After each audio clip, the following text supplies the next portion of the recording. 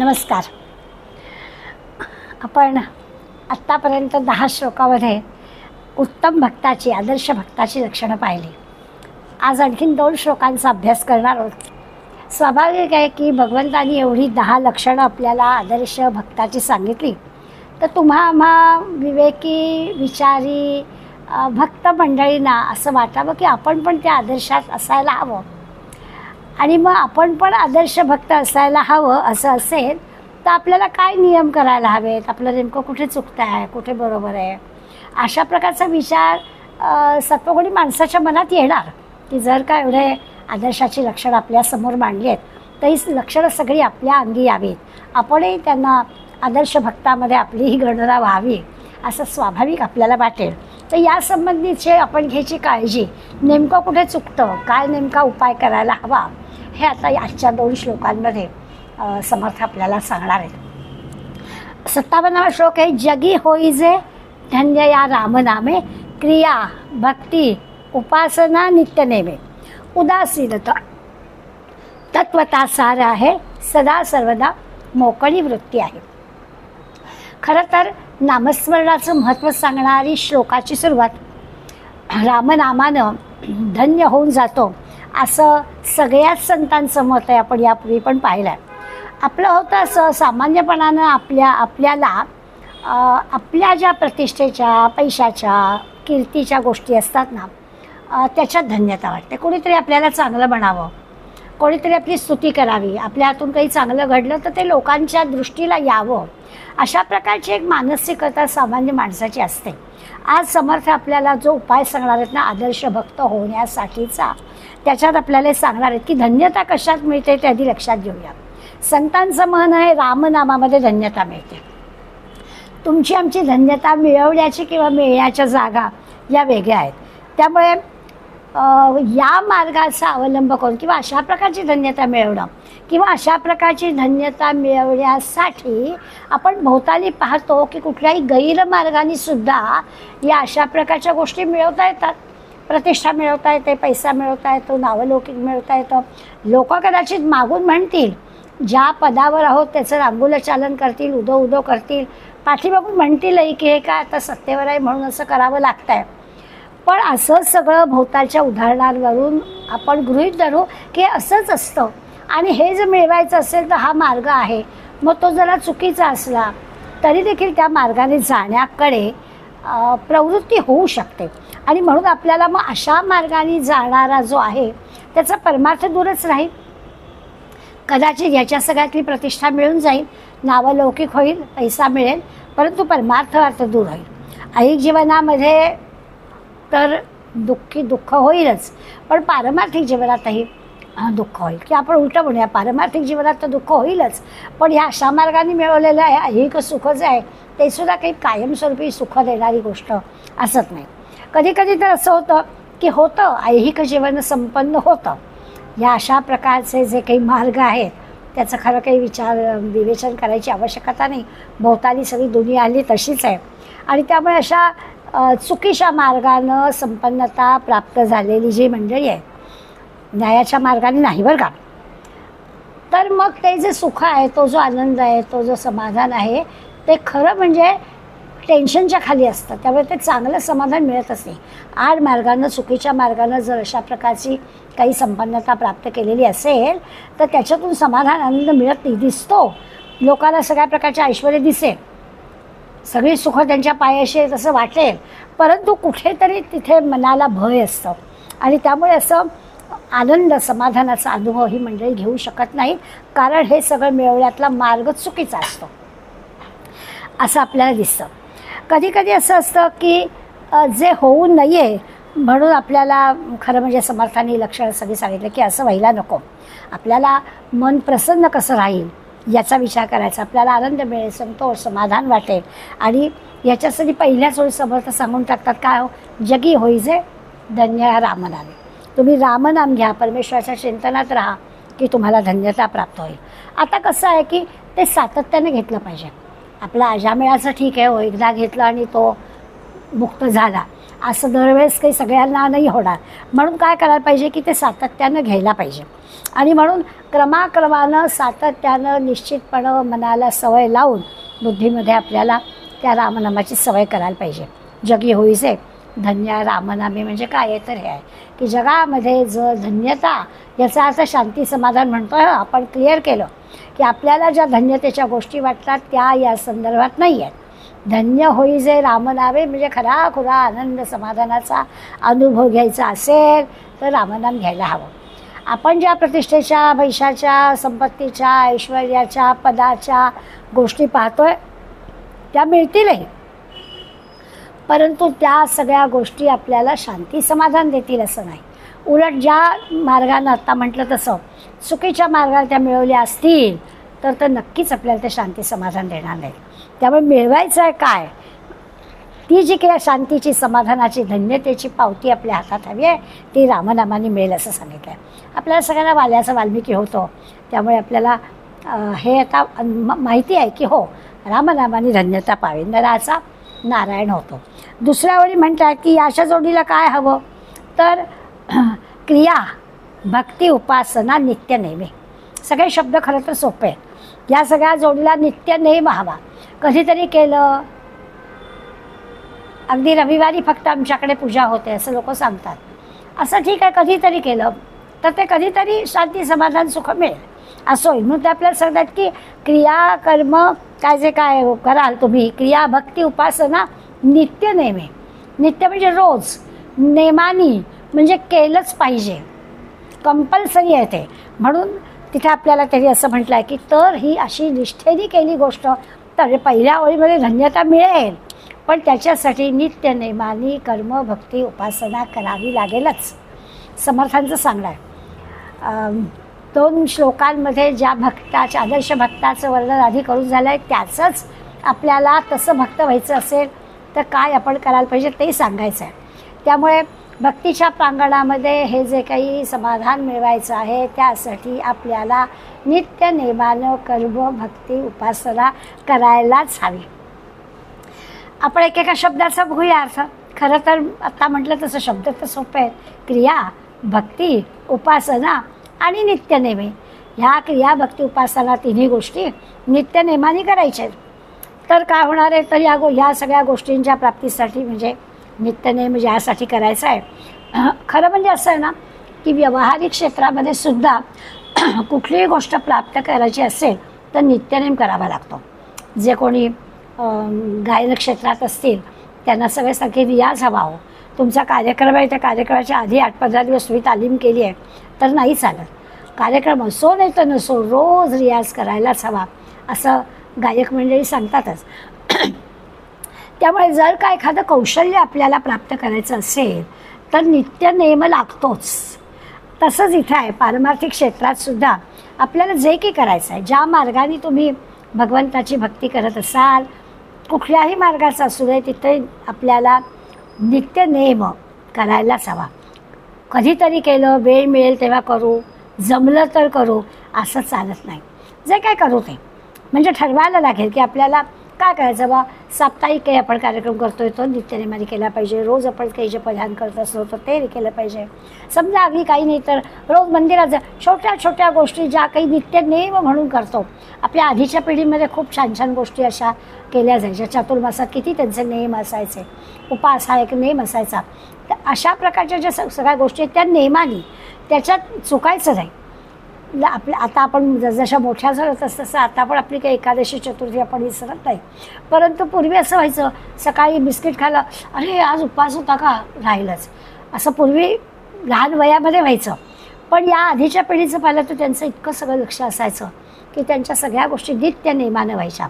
हळूहळू काय होतं हा नेम कमी होऊन जातो, नियमितपणा आपल्याजवळ राहत नाही. म्हणून या गोष्टीला प्राधान्य आपण द्यायला पाहिजे की प्रत्येक गोष्ट ही नियमाधिकार, जप तप ध्यान धारणा उपासना जे काही आपण करणार आहोत त्याच्यात तरी क्रिया भक्ती उपासना नित्यनेमी या सगळ्या गोष्टी अत्यंत नियमाने नित्याने करायलाच हव्यात असं म्हटलं.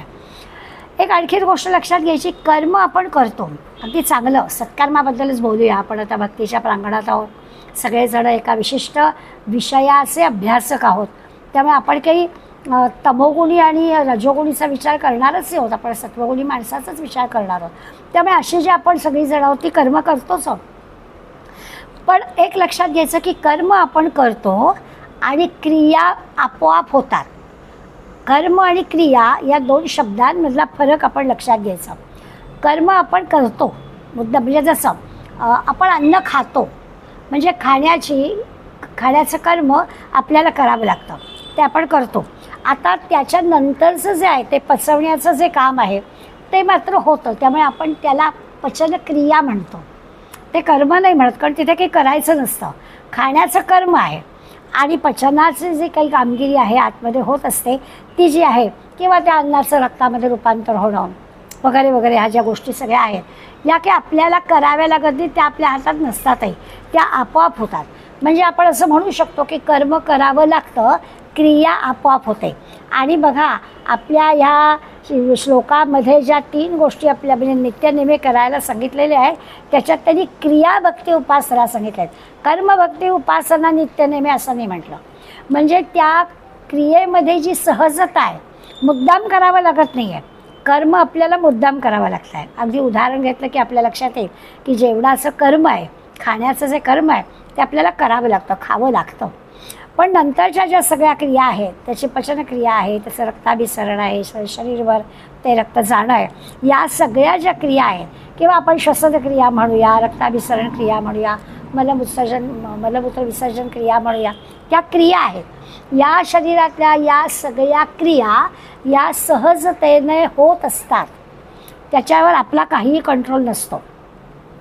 कर्म आणि क्रिया यातला जर फरक आपण लक्षात घेतला तर क्रिया शब्दाच्या मागे जी सहजता आहे त्याच्यात मुद्दाम करायचं नाही आहे, इतकी सहजता आपल्या या भक्तीमध्ये आणि उपासनेमध्ये असली पाहिजे. कर्म म्हणून नाही करायचं आहे, क्रिया म्हणून करायचं आहे. इतकी सहजता आपल्याला जर जमली, नित्यनेमाने जमली, कधीतरी नाही हां, नित्यनेमाने, म्हणजे या क्रियेवरती आपलं नियंत्रण नाही आहे. आपण जी भक्ती करतो आहे, आपण जी उपासना करतो आहे त्याच्यावर आपल्या नियंत्रणाची जरुरी नाही, आपोआप ती घडतेच आहे. चैनच पडणार नाही हे केल्याशिवाय. अशा प्रकारची जेव्हा आपली भूमिका होते त्यावेळी आपल्या लक्षात येईल की ते आपलं कर्म नाही आहे, ती क्रिया होते आहे, आपोआप घडत आहे. सतत नामस्मरण मुखातून येतच आहे, मुद्दामून घ्यावं लागतं आहे. काहीतरी करायला जातो, कुठला तरी मनात विचार येतो, नामापासून दूर जातो, बऱ्याच वेळा लक्षात येतं की अरे काय आपल्या डोक्यात विचार चालले आहेत, मग परत आपण नाम घ्यायला जातो. लहानपणापासून रामरक्षा म्हणतो आहोत, पण रामरक्षासुद्धा जर मनात काहीतरी दुसराच विचार आला तर चुकते आणि मग परत काहीतरी म्हटलं जातं आणि मग आपल्याला लक्षात येतं की अरे हे काय चाललं आहे, मग पुन्हा पहिल्यापासून म्हणायला सुरुवात करतो. तर ही जी काही हे सगळं करताना आपण मुद्दाम करतो आहे असं होतं का, मग सहज क्रिया ती व्हायलाच हवी असं त्याचं आहे. म्हणजे त्याच्यावर मुद्दाम लक्ष ठेवण्याची आवश्यकता नाही आहे. समर्थ म्हणतात भक्ती हे कर्म न होता क्रिया झाली पाहिजे, त्याच्यावर लक्ष ठेवायची आवश्यकता आहे, ते घडलंच पाहिजे आपल्या हातून. क्रिया भक्ती उपासना नित्यनेमी म्हटल्यात. भक्ती उपासना हा नेम झाला पाहिजे, क्रिया हा सहज झाल्या पाहिजेत. आता असं झालं, अशा होण्याचे फायदे काय आहेत? ही जी सहजता आहे ना, ह्या सहजते म्हणजे सहज सगळ्या या उपासना आणि भक्ती होण्याच्या मागे त्याचं कारण असं आहे की आपोआपच सगळी अहंता बाजूला होते, मी केलं हा भावच राहत नाही आणि हा मोठा फायदा होतो. आपल्याला आनंदाचा समाधानाचा विचार करायचा आहे. त्यामुळे भक्ती म्हणजे जो भगवंताबद्दलचा प्रेमभाव आहे, हा प्रेमभाव मोठ्या आवडीनं अत्यंत मनापासून अत्यंत प्रेमानं आपण ती उपासना करतो. या आणि मग स्वाभाविकच असं जर कर्म केलं किंवा अशी जर उपासना आपल्याकडून घडली तर आपल्याला त्याचं योग्य ते फळ मिळणार म्हणजे मिळणारच. त्याच्यासाठी की आपल्याला त्या फळाकडे लक्ष द्यायची आवश्यकताच नाही आहे, आपोआपच ते फळ मिळणार. समर्थाने क्रिया भक्ती उपासना हा पण एक क्रम दिला आहे बरं का. म्हणजे आपला मनाच्या श्लोकाच्या त्या वृत्तामध्येच राहायला पाहिजे म्हणून शब्दांची रचना नाही आहे. तर क्रिया भक्ती उपासना आणि नित्यनेमी म्हणजे ह्या 3 गोष्टींचा एक क्रम दिलेला आहे. प्रत्येक गोष्ट काय करायची, प्रत्येक गोष्टच नित्यनेमाने करायची आहे, बरोबर आहे. पण नित्यनेमाने करण्याचं जे काही महत्त्व आहे ते समर्थानं आपल्याला सांगायचं की पहिलं काय करायचं, तर काही ज्या क्रिया असतात, काही क्रिया शरीराकडून होणाऱ्या असतात, काही क्रिया मनाकडून होणाऱ्या असतात. सगळ्यांमध्ये सहजता हवी आता पक्कच झालेलं आहे. त्यामुळे शरीराकडून ज्या क्रिया होणार आहेत ते श्रवण करणं, मनन करणं, वाचन करणं, आपण ज्या आता ऐकतो आहे हे श्रवण आहे, की मनन आहे, वाचन आहे, एखाद्या गोष्टीचं चिंतन आहे, या शरीराकडून करायच्या गोष्टी आहेत. बरोबर आहे, खरं चिंतन हे शरीराकडून नाही आहे, मनाने होणारी गोष्ट आहे. पण मनाने पण आपल्या ध्यानाला बसतो आहे. जप करणं ही जरी शरीराची क्रिया असली तरी चित्त त्याच्यात ठेवणं ही मनाची क्रिया आहे. तर अशा ह्या दोन्ही गोष्टी, शरीराच्या क्रिया आणि मनाच्या क्रिया, याच्यामध्ये एक प्रकारची शुद्धता असली पाहिजे. अशी शुद्धता असली की आपोआपच भगवत कृपा होईल असं समर्थांचं सांगायचं. ह्याला प्रेमभावाने जर केलं तर ह्या क्रिया फलद्रूप होतील. म्हणून त्याच्यात त्यांनी म्हटलं की क्रिया, भक्ती, उपासना नित्यनेमी. मग त्या भक्ती उपासनेमध्ये शारीरिक क्रिया असू दे, मानसिक क्रिया असू दे, त्या शुद्ध सहज अशा घडल्या पाहिजेत म्हणजे होईल. म्हणजे मनाची एकाग्रता जर साधली गेली, हा आता प्रत्येकाचा अनुभवाचा विषय, आपला आनंद आपण घेत असतो की मन शांत असतं, स्थिर असतं तर स्वाभाविकच पटकन एकाग्र होतो. एकाग्र मनामध्ये जर नाम घेतलं गेलं, जे काही थोडंसं ध्यान लागतं, त्याचा एक आनंद, त्याची जी एक प्रसन्नता आहे ती आपल्याला खूप वेळ पुरते असं आपल्या लक्षात येईल. आणि हा अनुभव घेण्याची गोष्ट आहे. त्यामुळे शरीराकडवी काही गोष्टी ज्या नित्यनेमाने करायचे त्या एखाद्या व्रतासारख्या झाल्या पाहिजे. ते व्रत म्हणून आपण ते स्वीकारलं पाहिजे, नियम म्हणून आपण ते स्वीकारलं पाहिजे. आणि ते प्रत्यक्ष करताना मनाने ते करायचं आहे, त्यामुळे मनही त्याच्यामध्ये गुंतलं पाहिजे. त्यामुळे शरीराने करण्याची क्रिया असू दे, नाही तर मनाने करायची क्रिया असू दे, या दोनही क्रिया ज्या अशा नित्यनेमानं मनापासून आणि सवयीनं जर झाल्या, व्रत म्हणून झाल्या, तर मग आपल्याला सहज त्याचा आनंदाचा अनुभव घेता येईल. असं ठराविक वेळ, ठराविक जागा आणि ठराविक अशा प्रकारची उपासना अशी जर आपण करत असलो, किंवा आपल्याला गुरुच्या आज्ञेने किंवा आपण ठरवली आहे आणि ती केली आहे, गुरुच्या आज्ञेने असेल, संतांच्या आज्ञेने असेल, आपण जे काही ठरवलेलं आहे ते ठरवल्याप्रमाणे सगळं आपलं व्यवस्थित झालं की स्वाभाविकच आपल्याला त्याचा आनंद, समाधान मिळणारच. आता प्रत्येकाच्या प्रकृती धर्माप्रमाणे, स्वभावाप्रमाणे कमी अधिक या गोष्टीची गोडी लागायला वेळ लागू शकतो. तसं काही नाही आहे. आपण जरी ठरवलं, आपलं होतं ना असं, एखाद दिवशी अगदी सगळं छान वेळेप्रमाणे होतं, मग आपल्याला आनंद होतो. एखाद दिवशी असं होतं काय खरं म्हणजे काही कोणी व्यत्यय आणायला नाही आहे, तरी देखील आपलं काही सगळं वेळच्या वेळी होत नाही. मग आपण असं का झालं, तर आपलाच तो काहीतरी नित्यनेम चुकतो. म्हणून ठराविक वेळ, म्हणजे उपासना जी करायची आहे, नित्यनेमाने जी करायची आहे, त्याची वेळ, त्याची जागा आणि आपलं त्यावेळेला असणारं आपलं मनाची, देहाची अवस्था, हे सगळं जर छान जुळून झालं तर मग तो नित्यनेम समर्थ म्हणतायत तसा होईल. क्रिया, भक्ती, उपासना नित्यनेम होईल. खऱ्या अर्थानं आपल्याला सात्विकतेचा, आनंदाचा अनुभव घेता येईल. थोडं असं आहे की मनाचा विचार केला तर नेहमीच आपल्याला माहिती आहे की चंचल मन आहे आणि थोडं नाठाळ आहे. ते की अशा गोष्टीमध्ये नेहमीच आपल्याला साथ देतं असं नाही. पण आपल्याला हेही माहिती आहे की असं नाठाळ असणारं, चंचल असणारं मन, तेच मन एकदा का त्याला या सगळ्याची गोडी लागली की ते दुसरीकडे जात नाही. हे पण मनाचं महत्त्वाचं आपला फायदा आहे की ठीक आहे, नाठाळ आहे, चंचल आहे, पटकन जरा दुसरीकडे ते जाईल, पण हळूहळू अशी प्रगती जर झाली आणि याची आवड त्याला लागली, उपासनेची गोडी त्याला लागली, उपासना म्हणजे भगवंताशी असणारा अनुसंधान, तर मनाला ती जर एकदा सवय लागली तर मन मात्र खरोखर, म्हणजे असं नेहमी म्हणतात ना की जाण्यासाठीचा दरवाजा आणि येण्यासाठीचा दरवाजा जसा एकच असतो ना, तसं मनाचं आहे. मन हे दोन्हीकडे एकच आहे. त्या चंचल मन असल्यामुळे जातं पण दूर तिकडे आणि येतं पण ते इकडेच, त्यामुळे दोन्हीसाठी तीच. पण त्याच चंचल मनाला एकदा सवय जडली की मग ते बिलकुल तिथून हलत नाही, असाही अनुभव संत मंडळी आपल्याला सांगतात. लगेच आपली जी काही चित्तदशा आहे ना, ती चित्तदशा अशी भगवंताच्या चरणी रुजू होऊन जाते. देवाजवळ उपासना, देवाजवळ वास्तव्य ज्याला म्हणतो तसं वास्तव्य मनाचं. शरीराने आपण देवाजवळ आहोत का लांब आहोत त्याची काही आवश्यकता नाही आहे. मनाने आपण ईश्वराजवळ, उपासना आहे ना, तर मनाने आपण त्या ईश्वराजवळ आहोत. मनानेच आपण मानसपूजनेच आपण भगवंताची पूजा करतो आहोत. अगदी गाडीत प्रवासात बसलेलो असलो तरीसुद्धा आपण भगवंताजवळ आहोत, ही उपासना आहे असं दिसेल आपल्याला. असं एकदा रमलं, उपासनेमध्ये रमलं. पहिल्या ओळीमध्ये नामामध्ये रमायला सांगितलं, दुसऱ्या ओळीमध्ये भक्ती, ज्ञान, उपासनेमध्ये रमायला सांगितलं. असं झालं की मग नामामध्ये हे जे इदम न मम, हे माझं नाही, अशी जी सगळी अवस्था होते, म्हणजे देह बुद्धी कमी कमी होत जाते आणि आत्मबुद्धी होते, आत्मबुद्धीची परिचय होतो. अगदी आपोआपच सगळा अहंकार, अहंता, ममता, जे काही आसक्ती वगैरे वगैरे आपण गोष्टी पाहतो त्या सगळ्या आपोआप दूर होतात. सतत नामस्मरणात राहिलं, सतत त्या ईश्वर अनुसंधानात राहिलं तर स्वाभाविकच त्या ईश्वराचं नाम असं मनामध्ये घोळत राहतं, ते दूर जातच नाही. दुसरा कुठला विषय थोड्या काळापुरता जरी आला तरी पुन्हा ते मन बरोबर याला चिकटतं असं म्हणतात. आणि मग असं जे सतत घडलं, नित्यनेमे शब्द सोडायचा नाही, सतत घडलं तर फायदा नक्की होईल. अहो साध्या दगडावरती सतत धार पाण्याची लागली तर तिथे सुद्धा खड्डा पडतो. तर आम्हाला नित्यनेमानं आपण ह्या चांगल्या गोष्टी केल्या तर आपलं चित्त सात्विक व्हायला किती वेळ लागणार आहे. पण सातत्यानं मनाला ह्या गोष्टीची सवय लावायला हवी असं त्यांनी आपल्याला सांगितलं.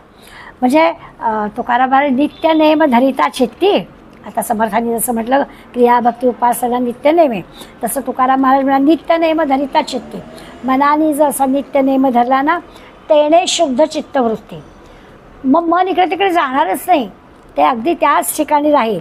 आणि त्यांनी मानस पूजा जप ध्यान एकाग्र करून या मन, ते मन एकदा तिथे स्थिर झालं ना की मग मानसपूजेचा आनंद घेता येईल, नित्यनेमाने जप ध्यान करता येईल आणि माणूस उपासनेमध्ये अगदी छान आनंद घेईल. त्रिकाळ घ्यावे दर्शन मारुतीचे आणि सूर्याचे असं सांगतात. तर अशा प्रकारची उपासना करावी. पुढे ते म्हणतात उदासीनता तत्वता सार आहे. पहिल्या 2 ओळीमध्ये छान कळलं आपल्याला की रामनामानी धन्यता पाहून घ्यायचं आहे आणि नित्यनेमानं भगवंताची उपासना करायची. पुढे म्हणतात उदासीनता तत्वता सार आहे. या सगळ्यामध्ये आपण कुठल्याही उपाधीत अडकायचं नाही, कुठली उपाधी आपल्याला लावून घ्यायची नाही. यासाठी त्यांनी म्हटलं आहे की जे काही आहे त्याच्यात समाधानी राहिलं पाहिजे. काहीतरी आणखीन हवं आहे म्हटलं की उपाधी लागेल, उपाधी लागली की या सगळ्या नित्यनेमापासून आपण बाजूला राहू. त्यामुळे काही मिळवायचं आहे, अमुकच हवं आहे अशा प्रकारची उपाधी स्वतःला लावून घ्यायची नाही. मग तिथे काय हवं, उदासीनता, तटस्थता अशी आपली असली पाहिजे, ज्याला स्थितप्रज्ञस्थता म्हणतात. की असं सगळ्यापासून अलिप्त किंवा जे आहे त्यात अत्यंत समाधानी राहायची सवय आपल्याला असली पाहिजे, म्हणजे मग काही गडबड होणार नाही. 3ऱ्या ओळीमध्ये, पहिल्या ओळीमध्ये रामनामानी धन्यता सांगितली, 2ऱ्या ओळीमध्ये नित्यनेमानी भगवंताची उपासना करून भगवंताजवळ जायचा, अगदी भक्तिभावाने उपासनेनं भगवत प्राप्ती करून घ्यायची. आणि मग अडचण कुठे येईल तर अडचण तिथे येईल उदासीनता तत्वता सार आहे. या सगळ्याचं सार काय आहे, आपल्याला तटस्थ राहता आलं पाहिजे.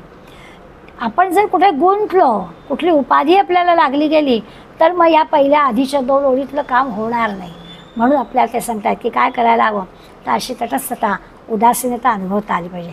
आणि हे सोपं नाही बरं का, अशा प्रकारची तटस्थता उदासीनता येण्यासाठी, कारण सगळं जे दृश्य जग आहे ना ते दृश्य जग आपल्याला ओढण्यासाठीच आहे. आणि मग या सगळ्यामध्ये आपण ओढले गेलो की मग कुठलं आलं आहे नित्यनेम उपासना आणि ध्यानधारणा.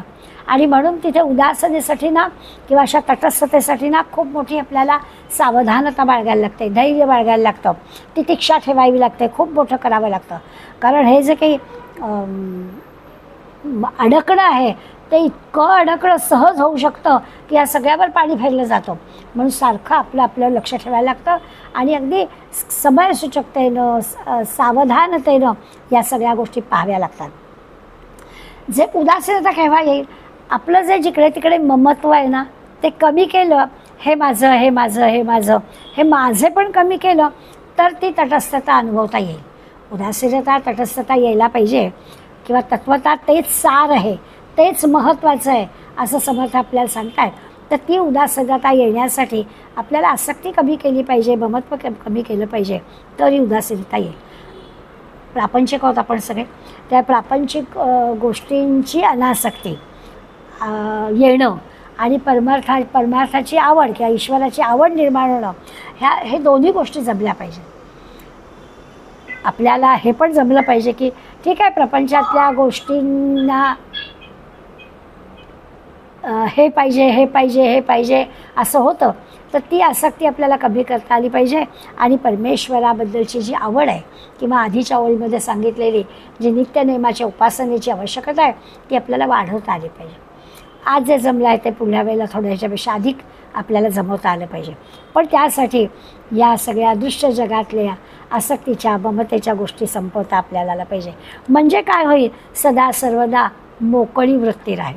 ही उदासीनता जमली, तटस्थता जमली, हे ममत्व बाजूला करता आलं तर आपली मोकळी वृत्ती राहील.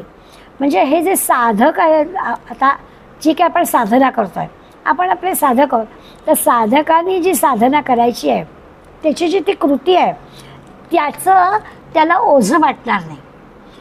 माझं अजून हे वाचायचं राहिलं आहे, आज दिवसभरामध्ये हे झालंच नाही, त्याचं त्याला काही वाटणार नाही. कारण तो अखंडच मुळी त्या नामामध्ये आणि ईश्वर चिंतनातच असणार आहे. त्यामुळे त्याला काही वेगळं करायची आवश्यकता राहणारच नाही ना. पण आत्ता ते आपल्याला म्हणतात की जर का असं तटस्थ राहता आलं तर मग काय होईल, तर आपल्याला त्याचं ओझं वाटणार नाही. उपासनेचं सुद्धा ओझं नाही वाटतं का, मग सहजता आली पाहिजे त्याच्यामध्ये. ती सहजता आली की त्यात आनंद आपल्याला मिळेल. मला हे करायचं आहे, मला हे करायचं आहे, मला हे करायचं आहे, अजून झालं नाही असं टेन्शन घेऊन नाही करायचं. सहजपणानं सगळ्या गोष्टी आपल्या व्हायला पाहिजेत. कुठल्याही प्रकारचं दडपण आपल्यावर येता कामा नये. म्हणून ती सदा सर्वदा मोकळी वृत्ती राहे असं म्हटलं आहे. छान श्लोक आहे, सोपं आहे. 4 ओळीमध्ये 4 महत्त्वाच्या गोष्टी सांगितल्या. आपल्याला फक्त त्याचा तो उपाय आहे. आपल्याला या 10 श्लोकामध्ये, आधीच्या 10 श्लोकामध्ये आदर्श भक्त कोणते सांगितलं आहे आणि नकळत आपल्या मनामध्ये आपणही असे आदर्श भक्त व्हावं असं वाटणं स्वाभाविक आहे. मग त्याला उपाय काय, नेमकं आपलं कुठे चुकतं आहे ते समर्थ आपल्याला सांगतायत की तुम्ही काय करा, तर रामनाम धन्य करणार आहे. रामनाम आपल्याला सगळं काही मिळवून देणार आहे. तर नाम घ्या, ही सोपी पहिली युक्ती सांगितली. त्याच याच्यामध्ये सांगितलं की नेमानं जी काही आपल्याला भक्ती उपासना करायची आहे ती नित्य नेमाने करा. आणि त्याच्यामध्ये क्रिया आणि कर्म या 2 शब्दांचा आपण अर्थ पाहिला तर क्रिया शब्द वापरला आहे त्याची सहजता असली पाहिजे. कर्म करणं न करणं, कसं करणं हे सगळं आपल्या हातात असतं ना, किंवा आपण ठरवू ना. ती क्रिया जी आहे ती आपल्याला ठरवायची नाही, ती इतकी इझिली, इतकी सहज आपल्याला झाली पाहिजे. आणि असं जमलं आणि हे सगळं करण्यामध्ये एक प्रकारची अलिप्तता, तटस्थता आपल्याला साधली तर सदा सर्वदा मोकळी वृत्ती राहे. याचा अर्थ आपल्याला हे सगळं करण्याचं जराही ओझं वाटणार नाही. सहजपणाने या तिन्ही गोष्टी आपण करू, मोकळेपणाने करू, अगदी कुठल्याही प्रकारचं टेन्शन न घेता करू. सदा सर्वदा मोकळी वृत्ती म्हणजे आपली इच्छा, सगळ्या इच्छा अशा मोकळ्या आहेत, आता मला काही मिळवायचं राहिलं नाही आहे, अशा प्रकारचा विचार या 57व्या श्लोकामध्ये समर्थांनी सांगितलं. पुढल्या श्लोकामध्ये ही जी उदासीनता, तटस्थता आहे ना, ती पण साधणं जरा मोठी अवघड गोष्ट आहे ना. म्हणून लगेच समर्थांच्या लक्षात आलं आहे. मग समर्थ म्हणाले ही जी उदासीनता आहे ती उदासीनता कशा पद्धतीने साधता येईल याचा उपाय समर्थ आपल्याला पुढल्या श्लोकात सांगतात. की ही जी तटस्थता, उदासीनता यायला पाहिजे, ती आली की आपल्याला हे सगळं करण्यामध्ये कुठल्याही प्रकारचं ओझं वाटणार नाही, दडपण येणार नाही. आणि म्हणून ही उदासीनता महत्त्वाची आहे. मग ही येणार कशी, तुम्हा आम्हाला अशा प्रकारचं उदासीनता, हे इदम न मम, हे ममत्व, ही सगळी आसक्ती बाजूला ठेवण्यासाठी सगळ्यापासून अलिप्त राहता आलं पाहिजे. कुठल्या उपाधीत आपण अडकायला नको. याच्यासाठी खूप मोठं धैर्य लागतं, खूप मोठी तितिक्षा लागते, खूप मोठं मनाला समजवावं लागतं.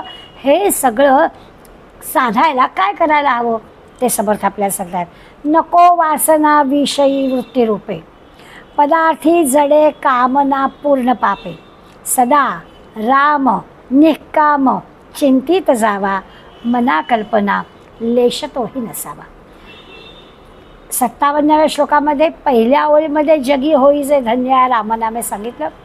58व्या श्लोकामध्ये 3ऱ्या श्लोकामध्ये सदा राम निष्काम चिंतित जावा सांगितलं. आधीच्या श्लोकामध्ये रामनामाने धन्यता प्राप्त होईल सांगून झालेलं आहे. तेच राम, तेच नाम जर निष्काम पद्धतीनं घेतलं तर काय होईल ते लगेच पुढल्या श्लोकात सांगतात. आता इथे जे त्यांनी वृत्ती शब्द वापरला आहे ना, ही वृत्ती म्हणजे नको वासना विषयी वृत्तीरूपे.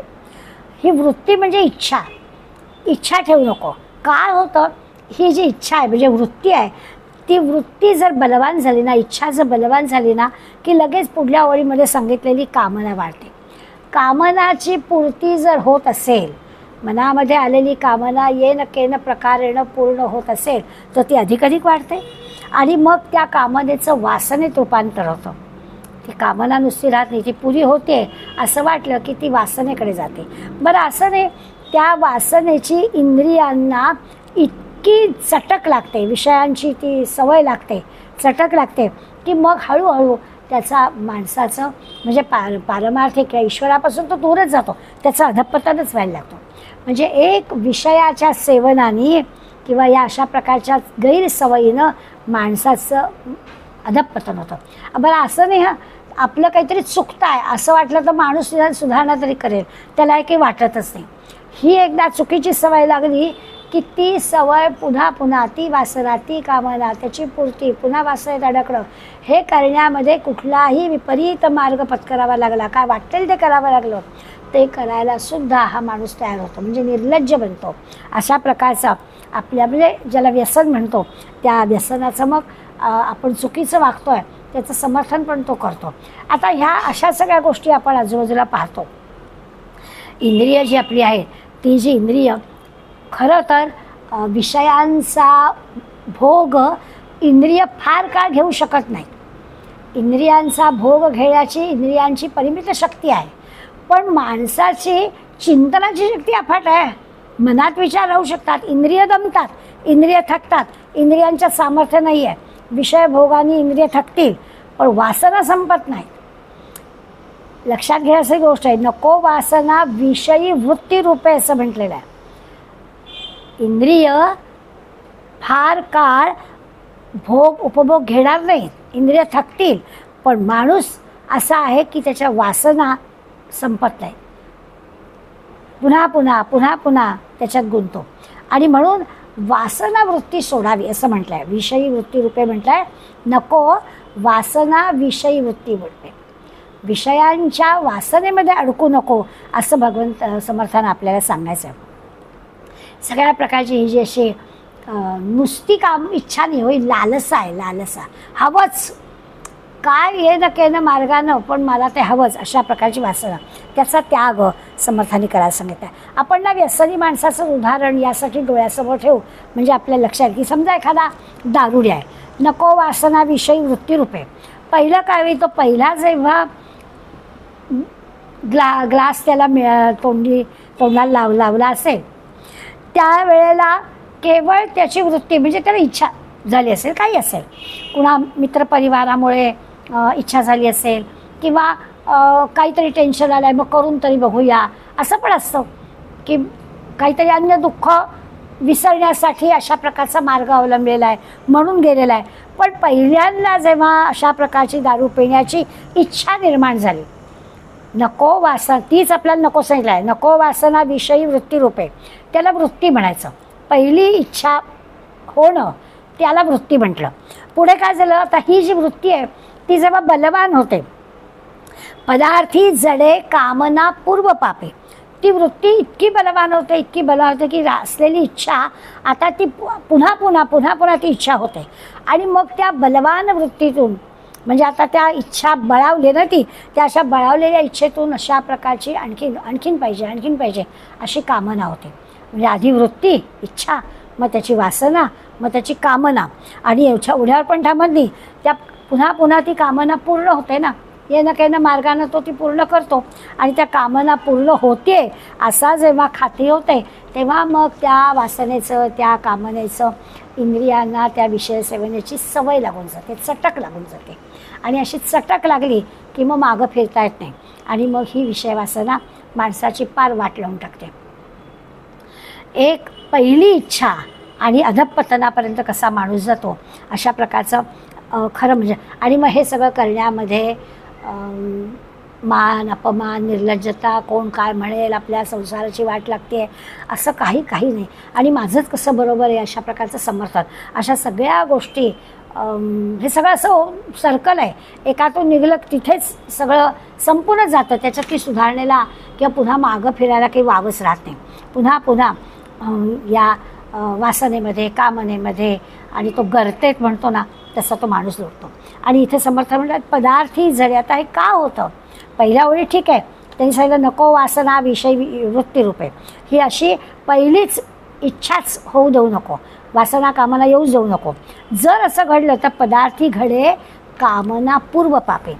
म्हणजे असं आहे की त्या एखाद्या पदार्थाची जेव्हा चटक लागते, सवय लागते, ते पूर्व पाप असतं बरं का.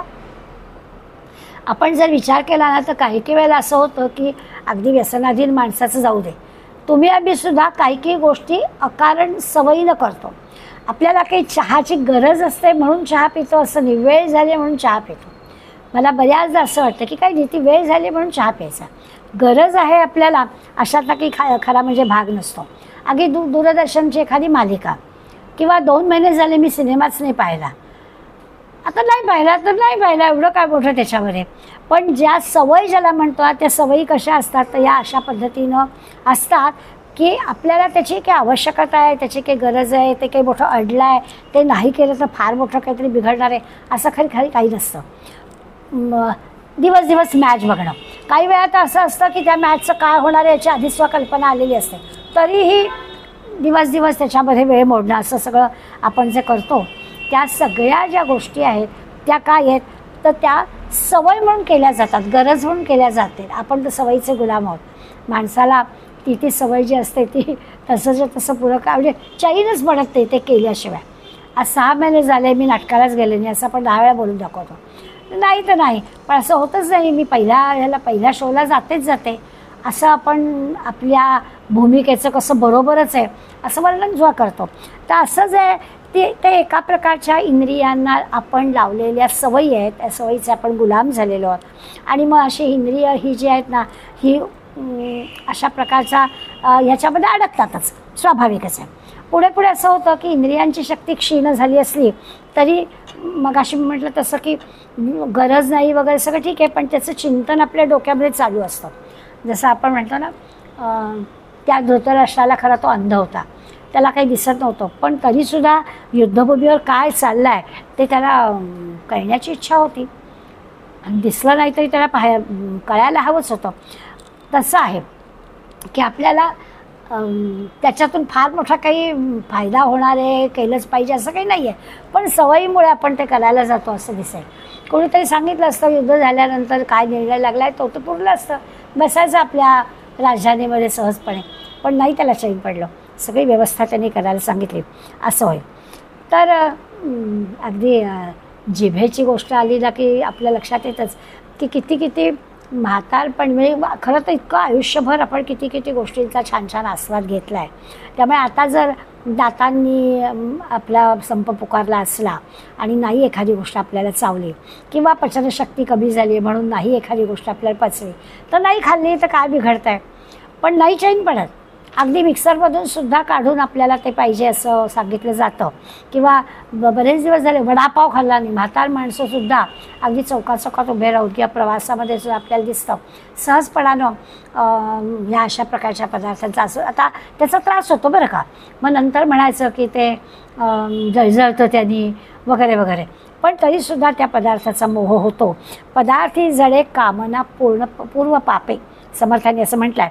आणि समर्थांचं म्हणणं आहे की हे पूर्व पापांमुळे म्हणजे पूर्वी त्याचा अनुभव घेतलेला असतो ना आणि त्या अनुभवामुळे इंद्रियांना त्याची चटक लागलेली असते ना आणि म्हणून ते करावंसं वाटतं.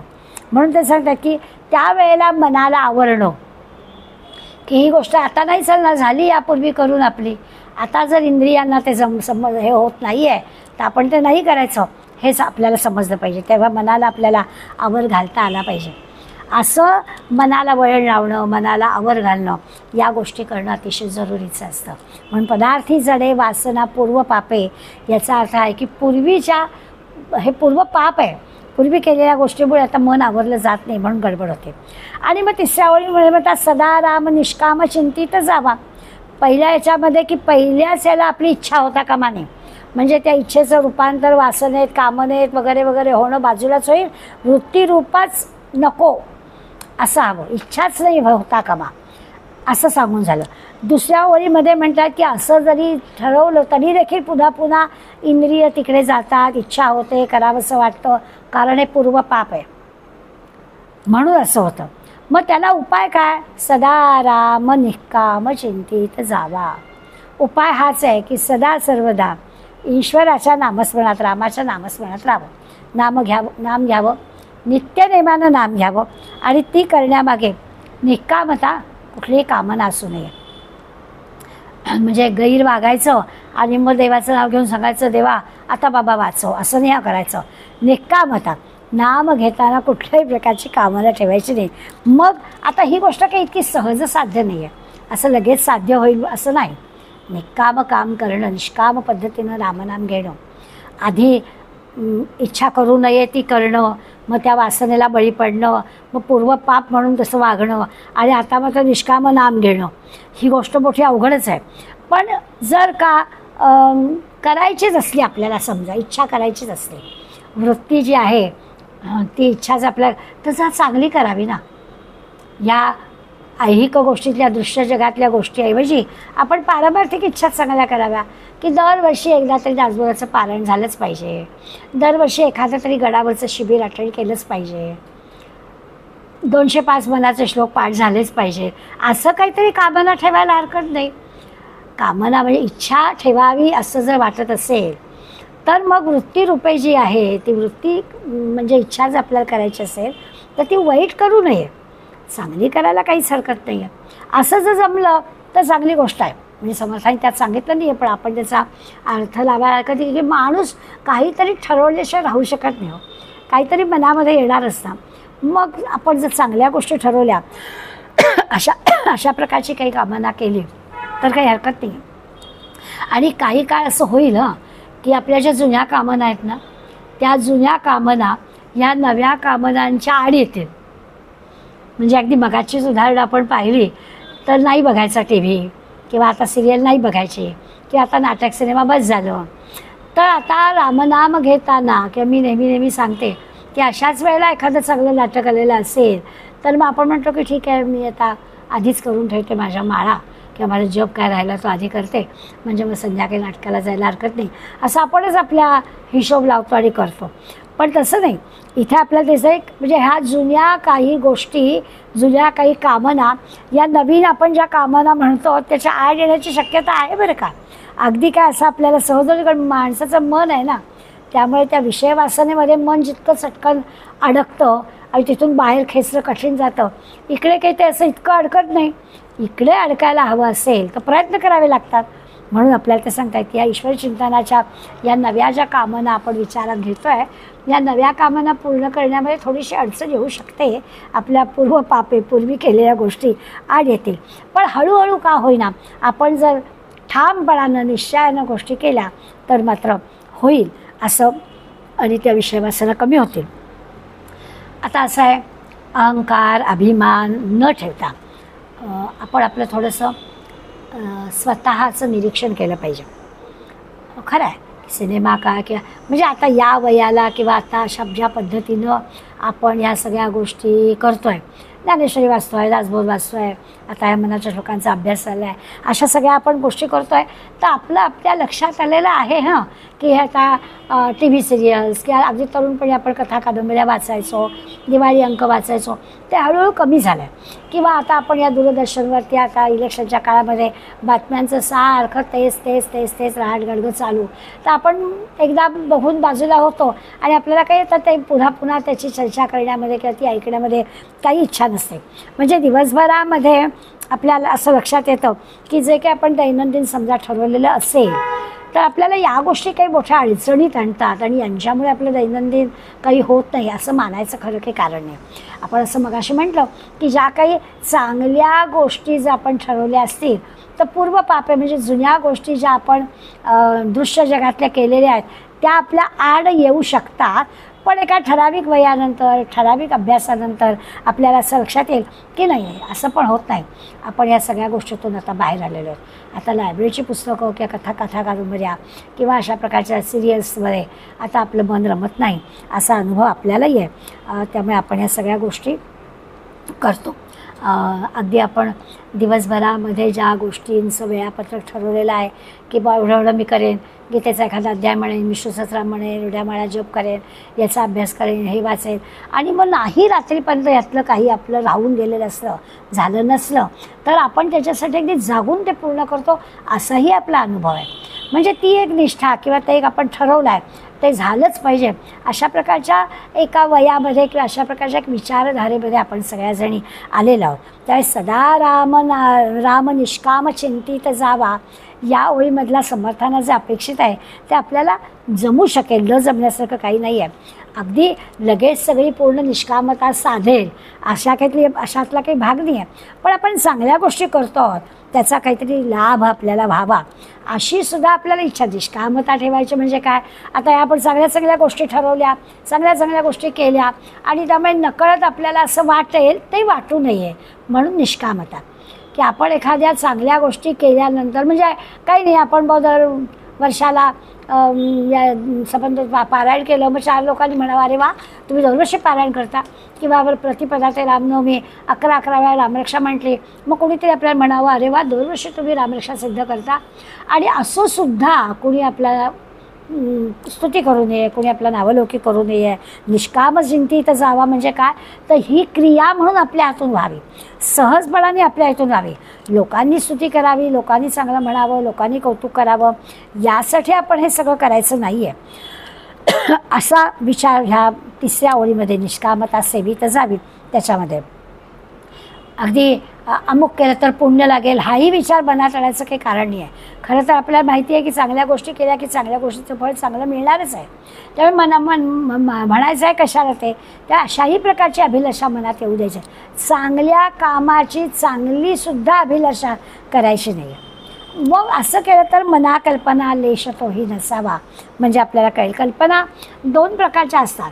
एक कल्पना अशी असते की आपल्या मनासारखं हे असं व्हावं अशी आपली कल्पना, कुठल्याही गोष्टीमध्ये असं व्हावं ही एक कल्पना, आणि असं व्हायला नको ही आपली दुसरी कल्पना. 2 प्रकारच्या कल्पना कुठल्याही गोष्टीच्या बाबतीत आपल्या मनात येऊ शकतात की असं व्हायला हवं किंवा असं व्हायला नको. 4 तारखेला काय व्हायला हवं आणि काय व्हायला नको असे प्रत्येकाचे हिशोब आपले ठरलेले आहेत. पण जे होईल ते पाहावे. अगदी अलिप्तपणानं तटस्थपणानं कितीही जरी आपल्याला वाटत असलं तरी आपल्या वाटण्याला काही अर्थ नाही आहे. त्यामुळे जे काही घडणार आहे ते आपण अलिप्तपणे पाहावं, त्याच्यामध्ये अडकू नये, त्याचा आपल्या मनाला त्रास करून घेऊ नये, अशा प्रकारचा विचार लक्षात घ्यायचा. दुसरं असं आहे की हे पारमार्थिक बोलतो आहे आपण, तो आता 4 तारखेचा आपलं उदाहरण म्हणून विषय घेतला तो आपण बाजूला ठेवूया. आपण या पारमार्थिक क्षेत्रामध्ये जेव्हा अशा प्रकारे या सगळ्या गोष्टीकडे तटस्थतेने पाहू तेव्हा आपल्या लक्षात येईल की हे जे काही अलिप्तता तटस्थता येण्यासाठी निर्मम व्हायला पाहिजे. आपण जे माझं म्हणून अडकतो आहे तिथे अडकायला नको आहे. हे केव्हा होईल हे सांगता येत नाही. आता केव्हा होईल म्हणजे जसं म्हणतात ना की एखादा मोठा पाषाण आहे आणि तो पाषाण फोडायचा आहे, तर पाषाण फोडताना ते टाकीचे घाव जे घातले जातात तर त्या एका विशिष्ट घावाला त्या पाषाणाचे 2 तुकडे होतात, गोष्ट खरी आहे. परंतु याचा अर्थ त्या घावांनी तो पाषाण फुटला असा होत नाही. तर जे काही त्याच्या अगोदर 5-50 घाव घालून झालेले असतात त्या प्रत्येक घावाला काहीतरी घडलेलं असतं आणि तो त्या एका घावाचा तो एक यशाची गोष्ट ती असते. म्हणजे तसं आपलं आहे की आपण जी साधना करतो आहोत ती केव्हा तरी अचानकपणानं फळाला येते. अगदी चांगलं फळ आपल्याला मिळतं. जे काही आपलं अलिप्तता म्हणतोय ना ते हवं नको पण संपतं. सगळ्यातून आपण अलिप्ततेने पाहू शकतो, पण हे केव्हा होईल ते नाही सांगता येत. करत राहायचं. एक वेळ अशी येईल आणि ते घडेल. आपलं हवं नको पण संपेल. अंतःकरण अगदी आपलं प्रसन्न आनंद समाधानी असं राहील. सगळं भगवत इच्छेने भरून जाईल, जीवन उजळून जाईल अशा प्रकारचे होईल. कारण विषयांचं चिंतन संपलेलंच आहे. आता आपण चांगल्याच गोष्टीबद्दल बोलतो आहे. मनाला कसलंही ओझं नाही आहे, कुठल्याही प्रकारचं काही आपल्या मनावर दडपण आलेलं नाही आहे, कुठलंही आपल्याला टेन्शन नाही आहे. आणि अशा वेळेला म्हणजे कधी असं होईल की शरीर दमलेलं असतं पण मन दमत नाही. आपण बऱ्याचदा आता म्हणतो ना की पुष्कळदा आपल्या लक्षात येतं, आपलं वय विचार घेता की हल्ली शरीर दमतं, पण मनाला काही वय नाही आहे, मन काही दमत नाही आहे. म्हणजे एखाद्या व्यसनामध्ये पण मनच अडकवतं, आणि व्यसनापासून जर सुटायचं असेल तर मनालाच ती जबाबदारी घ्यावी लागते, मनच त्याच्यातून सोडवू शकतं. मग अशी असं म्हटलं की आत बाहेर जायला एकच दरवाजा असतो, तसं आहे. सटक लावणं, चुकीच्या मार्गाला जाणं, व्यसनाधीन होणं ही पण मनाचीच कामगिरी आहे. आणि या सगळ्यातून अलिप्ततेनं, तटस्थतेनं स्वतःला बाहेर काढणं आणि खऱ्या मुक्तीचा, समाधानाचा आनंद घेणं हे पण मनानेच शक्य आहे. त्या मनाने ठरवलं तर ते होऊ शकतं. या मनाच्या ना 5 वृत्ती आहेत. आता वृत्ती शब्द म्हणजे इच्छा आपल्याला कळलं. मनाला ना 5 प्रकारच्या इच्छा असतात. एक असतं की त्याला सम्यक ज्ञान असतं, योग्य काय ते त्याला बरोबर कळतं. मनाबद्दल बोलतोय आपण. मनाच्या 5 गोष्टी असतात. कधी कधी विकृत पण असतं, म्हणजे चांगली गोष्ट मनाला कळते ही गोष्ट बरोबर आहे, पण कधी कधी विकृत जे नाही आहे ते सुद्धा व्हावं असं वाटतं, किंवा ते नाही आहे ते दिसतं त्याला. तिसरं म्हणजे मिथ्या ज्ञान असतं, खोटंच कळतं आपल्याला. आपली जी काही वृत्ती आहे मनाला कळायला हवं तर विपरीत कळतं, खोटं कळतं, चांगलंही कळतं, योग्यतही कळतं, सगळे प्रकार मनाला कळतात. दुसरं एक असतं की उगाचच आपण कल्पना वाढवतो. मनाची आणखीन एक अशी वृत्ती असते, कल्पना करीत राहणं, हा एक चौथा प्रकार असतो. आणखीन एक असतं की आठवणी, स्मृती, हा एक 5वा प्रकार असतो. कुणाच्या तरी किंवा आपल्यासुद्धा कुणाच्या तरी स्मृतीने सुद्धा आपण काहीतरी करून बघतो की अमक्याला अमकं केलं म्हणून झालं तसं, मी पण करून बघतो, असं पण मन तयार होतं. तर अशा या मनाच्या 5 वृत्ती आहेत. या सगळ्या 5 वृत्तींचा जर गैरवापर झाला तर लागली वाट. मग आपल्याला दुःख, तणाव, दडपण, टेन्शन जे काही असतं ते. पण या सगळ्या 5 वृत्तींचा योग्य पद्धतीने वापर केला, योग्य पद्धतीने कल्पना, काय चांगलं, काय वाईट, काय योग्य, काय खोटं, हे सगळं जर मनाला नीटपणाने कळलं तर आनंद, समाधान प्राप्त होईल. त्यामुळे आपण आत्ता जो 58 श्लोक पाहतोय त्याच्यामध्ये जी वृत्ती सांगितली आहे त्या मनाच्या वृत्तीला नको वासनाविषयी वृत्ती रूप आहे. म्हणजे वासनेची वृत्ती, वासनेची इच्छा मना नको. आत्ता म्हटलं तसं या 5 वृत्तींनी, सम्यक ज्ञानाने, योग्य पद्धतीनं जर मनाला या सगळ्या 5 या वृत्तींचा वापर करता आला तर आपल्याला आनंद, समाधान मिळेल. आता होतं असं की आपण मनाचे गुलाम आहोत, त्यामुळे आपलं मन ना ताब्यात राहत नाही, पटकन कसं सुटून जातं ते आपल्याला कळतं. त्याला सारखं लक्ष ठेवून ताब्यात ठेवावं लागतं. मनाला जराही सैल सोडून चालत नाही, तर गडबड होते. या सगळ्या दृश्य जगामध्ये ज्या अशाश्वत गोष्टी भरलेल्या आहेत, त्या सगळ्या अशाश्वत गोष्टी किंवा या सगळ्याच आकर्षित करणाऱ्या सगळ्या गोष्टी आहेत, त्याच्यामध्ये ते मन अडकतं. सगळ्या प्रतिष्ठेच्या आहेत, पैशाच्या आहेत, मोहाच्या आहेत, अनेक गोष्टी अशा आहेत की त्या मनाला अडकवतात.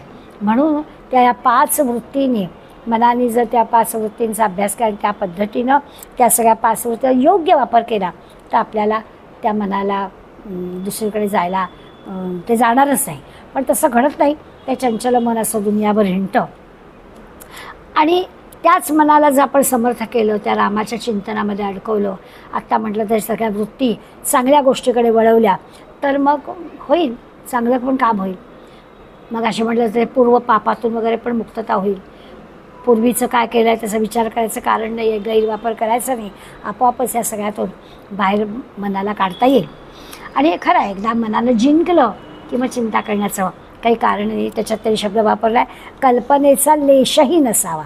मना कल्पना लेशही, तुम्ही निष्काम चिंतन झालं तर मग कल्पना लेशही नसावा. मनाला एकदा मनाने जिंकलं की कल्पनेचा लेशही उरत नाही. कल्पनेमध्ये काय होतं, खरं काय खोटं काय खात्री नसते, कल्पनाच आहे ना ती. त्यामुळे कल्पना करायची तर ती नेहमीच खरी असेल असं नाही. हे केलं तर काय, ते केलं तर काय, मी असं केलं तर सुखी होईन, तसं केलं तर सुखी होईन. म्हणजे म्हणतात ना की ड्रायव्हिंग करणाऱ्या माणसांचं एक असतं की ते ड्रायव्हिंग करताना खूप टेन्शन असतं ना. मग ड्रायव्हिंग करणाऱ्या माणसाला तंबाखू खावाच लागतो जणू काही, त्याच्याशिवाय त्याला ड्रायव्हिंग जणू काही करता येत नाही. अशी एक मनाची कल्पना. मध्यंतरी एकदा मी एका रिक्षेत बसले, ती भगिनी रिक्षा चालवत होती आणि म्हणून मग बोलता बोलता मी तिला विचारली ही गोष्ट. म्हटलं तुम्ही किती तास ड्रायव्हिंग करता? मग तिने सांगितलं तिचं वेळापत्रक. की मी किती तास ड्रायव्हिंग करते, केव्हा करते, नवरा केव्हा करतो.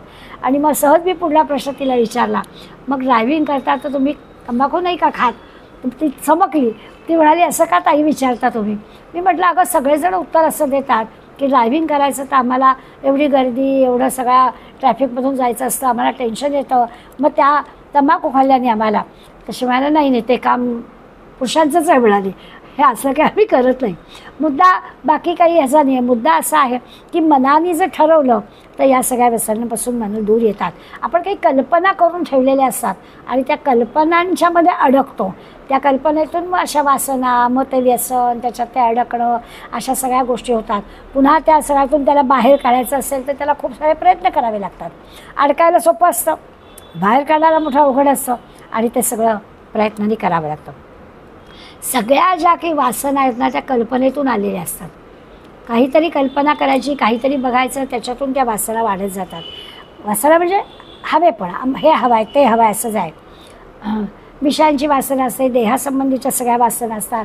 वासनेचं ना असं आणखीन जरा तीव्र स्वरूप आहे की त्याला म्हणजे हवंच, अगदी नाहीच चैन पडणार, तीव्रपणानं ती गोष्ट पाहिजे असं वाटणं, त्याला कामना म्हणायचं.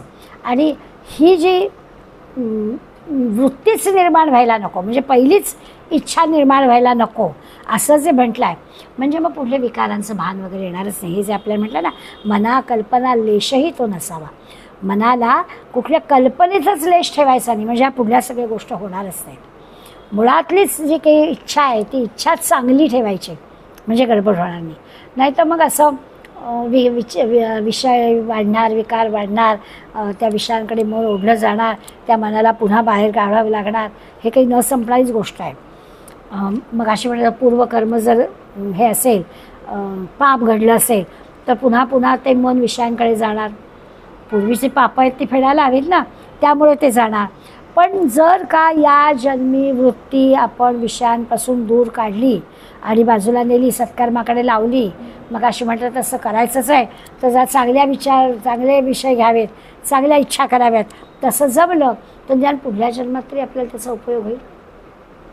पण चांगल्या काही इच्छा कराव्यात असा विचार करायला काहीच हरकत नाही. त्याच्यामुळे थोडा इंद्रिय निग्रह होईल आणि आपण असं आहे ना की असं विचारच करायचा झाला की समजा आपल्याला काही व्याधी झाली, काही रोग झाला, तब्येत आपली बिघडली, तर आपण असं म्हणणार हो का, काहीतरी पूर्वजन्मी पाप केलं ना, म्हणून आत्ता मला हा रोग झाला, म्हणून मला ही आत्ता व्याधी जडली, असं आपण म्हणणार नाही. त्याच्यावर आपण उपचार करणार.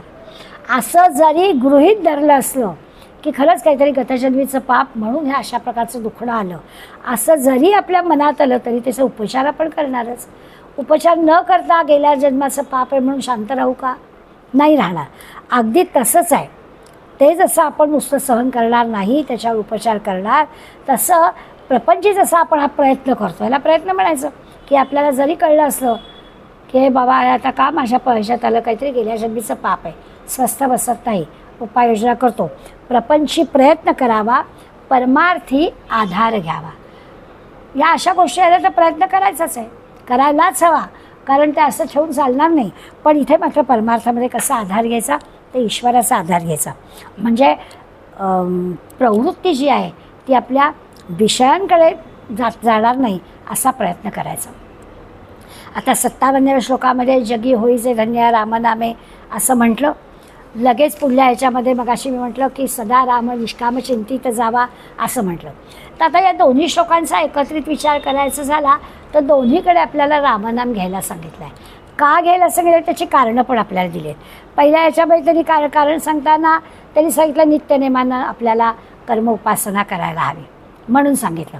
आणि दुसऱ्या ह्याच्यामध्ये काय काय आड येतं हे करण्यामध्ये, कशी कामना, वासना आणि अशा आड येऊन आपल्याला कसं या सगळ्यातून पूर्व पापामुळे आपण या सगळ्या गोष्टी करतो आणि मनाने त्याला खेचून परत आणावं लागतं, असं आपल्याला करावं लागतं.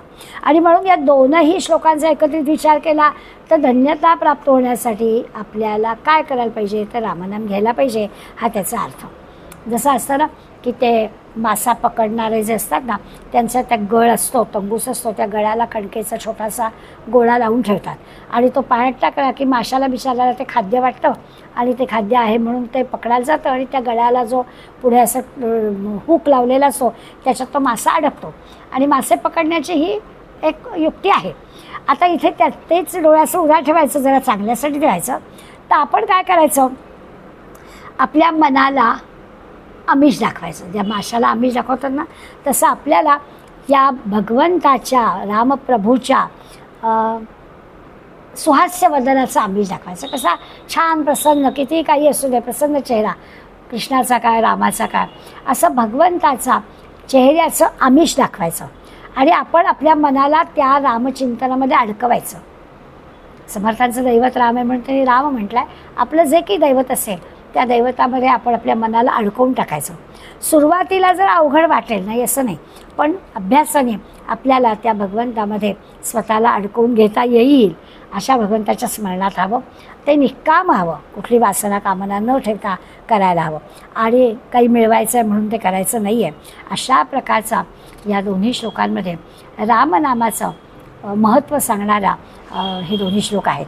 खरं तर असं लक्षात येईल आपल्याला, गोंदवलेकर महाराजांचं रोजचं कुठलंही प्रवचनाचं पान उघडलं तर आपल्याला नामाचं महत्त्व सांगणारं एक वाक्य मिळतं. किती म्हणजे 365 दिवसाची 365 वाक्य रामनामाचं महत्त्व सांगणारी आपल्याला आहेत. एक 2-3 वाक्य आपण लक्षात घेऊया की जगण्यासाठी श्वास घेणं जितकं आवश्यक आहे ना, तितकं भगवंताचं नाम घेणं, श्वासाबरोबर नाम घेणं आवश्यक आहे असं महाराज आपल्याला सांगतात. पाणी जसं शरीराचं जीवन आहे तसं नाम हे आपल्या मनाचं जीवन आहे असं आपल्याला महाराज सांगतात. नामानं भगवंताची प्राप्ती होतेच, प्रश्नच नाही, खात्रीच आहे. पण ती खात्री आपल्या मनाला हवी असं जर आपण ठरवलं की आहे, पक्की मनाला खात्री आहे की मग आपली नामावरची निष्ठा वाढेल, मग आपण निष्ठेनं नाम घ्यायला जाऊ. तुम्ही नाम घ्या, संत तुम्हाला धुंडाळत येतील. आपल्याला संत शोधायला जायची आवश्यकता नाही, नाम घेणाऱ्या भक्ताकडे आपोआप संत येतील.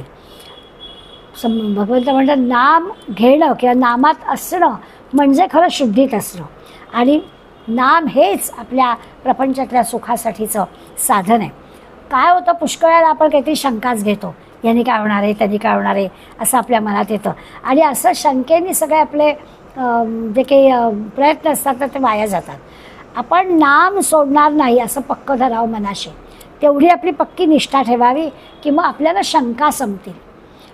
नामावरती निष्ठा ठेवली की आपण निशंक होऊन जाऊ. अशा प्रकारच्या नामाचं महात्म्य सांगणारे हे 2 श्लोक आहेत.